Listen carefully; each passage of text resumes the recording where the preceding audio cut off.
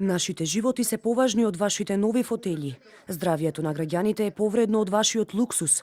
Затоа почнете да го решавате она за што ви дадовме мандат. Со вакви пораки започна денешниот протест во Скопје против отровниот воздух. Истиот воздух дишаме. Воздухот нема вера, воздухот нема религија, воздухот нема партија, воздухот е за сите нас. Граѓаните бараат итни мерки. Веднаш да престанат со работа индустријските капацитети кои не ги задоволуваат еколошките стандарди, да се озакони одговорноста кај градоначалниците пред избирачите и да се стави крај на градежната експанзија и сечата на зеленило. Власта во последнава година не покажа доволно организираност, доволно оперативност.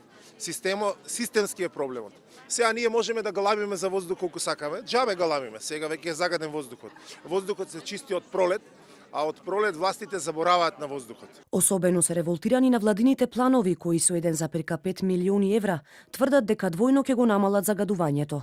Ова е срамно, порачаа граѓаните правејќи споредба дека за наредната година само за нови автомобили и мебел власта планира да потроши скоро 5 пати повеќе од тоа. И ова е евидентен факт дека за нашите представници поважна е нивната комоција отколку човековиот живот.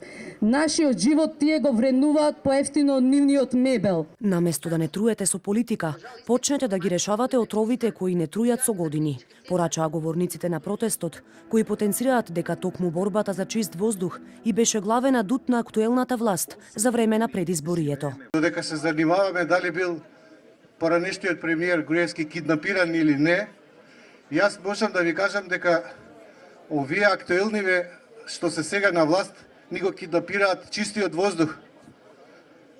Едноставно не ставаат во ситуација на тивко умирање, а децата кои ги гледате тука, не знам дали ќе останат во наредниот период да се борат за чист воздух и здрава животна средина.